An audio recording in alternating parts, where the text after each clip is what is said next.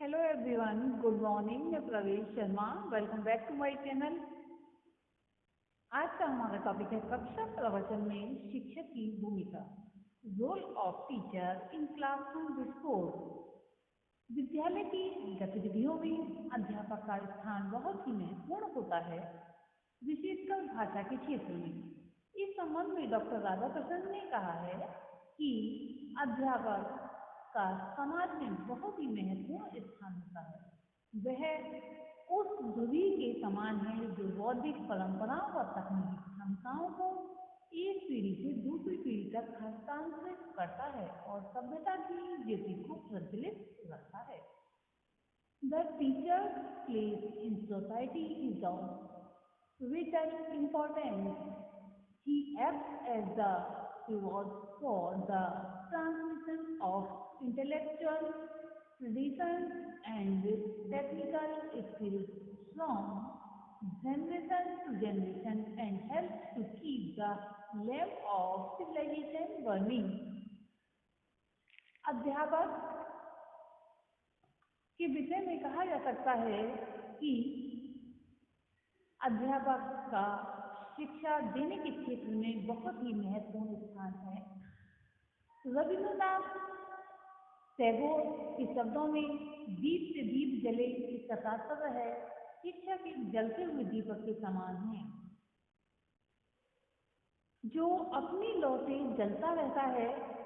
छात्र उस दीपक से संपन्न है जिसमें तेल तथा बत्ती है परंतु लौ नहीं है.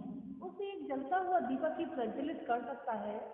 शिक्षक की उपमा प्रज्वलित दीपक से की गई है. तेल तथा बत्ती से तात्पर्य छात्रों की योग्यता एवं क्षमताओं से है. शिक्षक को छात्रों की क्षमताओं तथा योग्यताओं का विकास करना जो है उसका मुख्य दायित्व हो जाता है. एक प्रभावशाली शिक्षक को कुछ भूमिकाओं का निर्वाह करना होता है जो इस प्रकार से हैं, जिसमें पहला है दार्शनिक यानी कि फिलोसफर, सेकंड है मित्र यानी कि फ्रेंड, निर्देशक, गाइड, व्यवस्थापक, मैनेजर. दार्शनिक का तात्पर्य विषय का स्वामित्व हो, छात्रों की समस्याओं तथा जो भी प्रॉब्लम्स हैं कठिनाइयों का उपचार कर सके.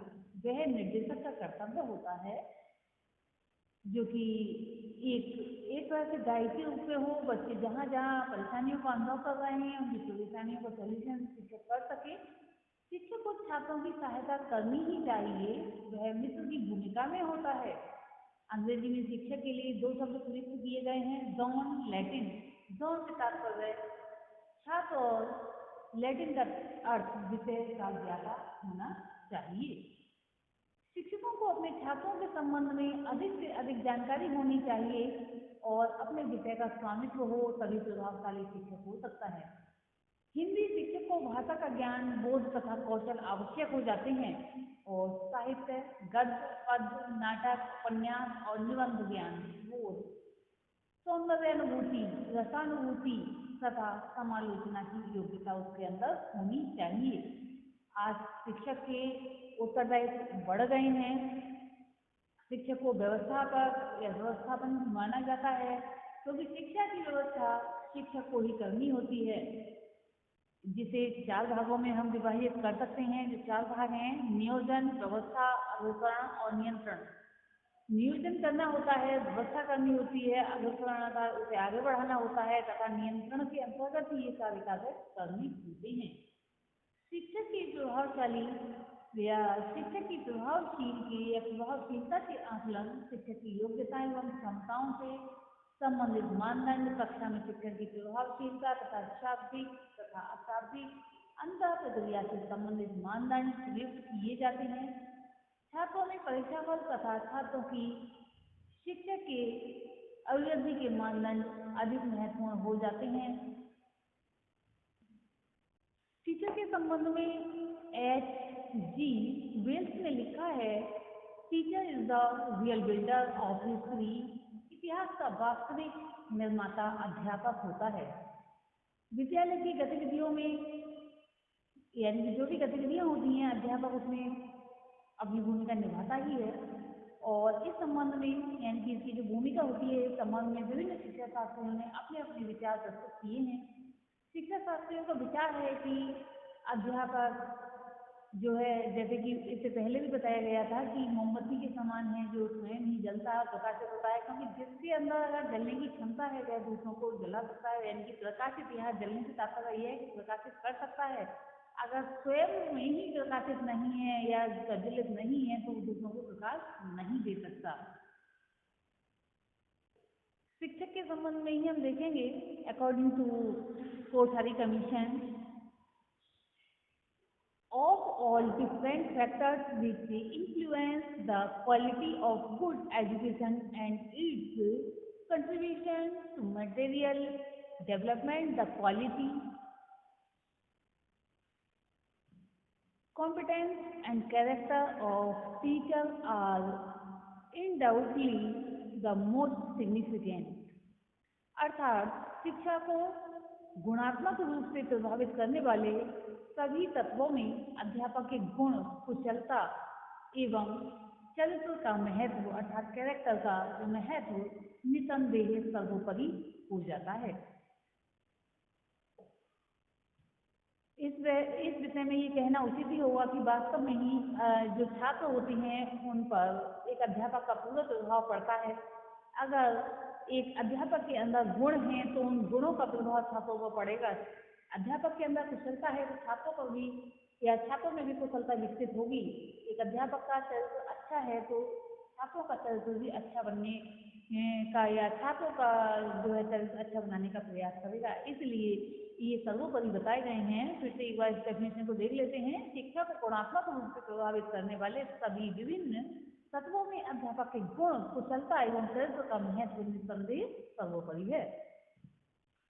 शिक्षक की भूमिका सीखने के मार्ग में सहायता करने वाली ही होती है।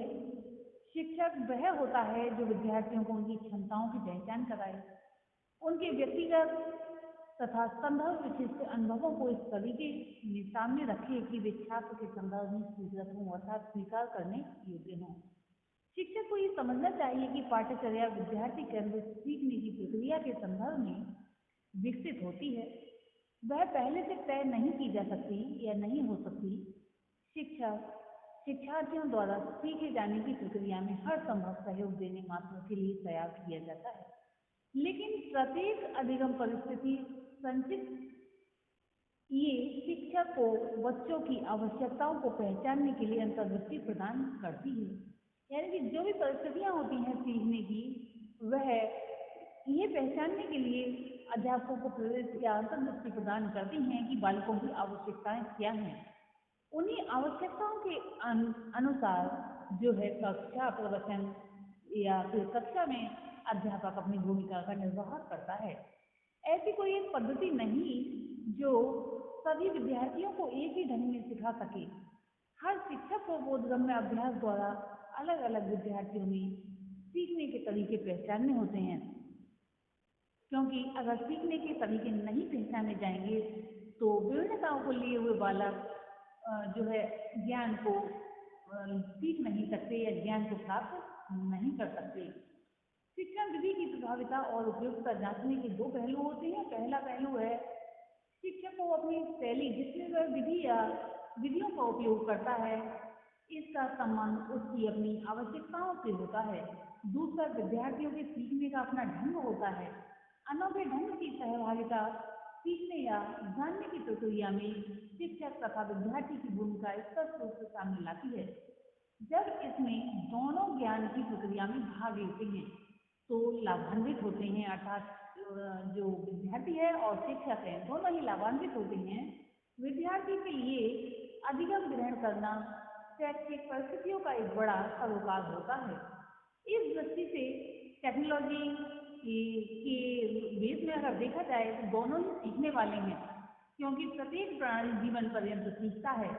सीखने का नाम ही शिक्षा है, क्योंकि किसी भी माध्यम से जहाँ कहीं हम होते हैं, ऐसा नहीं कि हम औपचारिक रूप में ही ज्ञान प्राप्त करते हैं, हम अनौपचारिक रूप में भी ज्ञान प्राप्त करते हैं तथा निरौपचारिक रूप में भी ज्ञान प्राप्त करते हैं।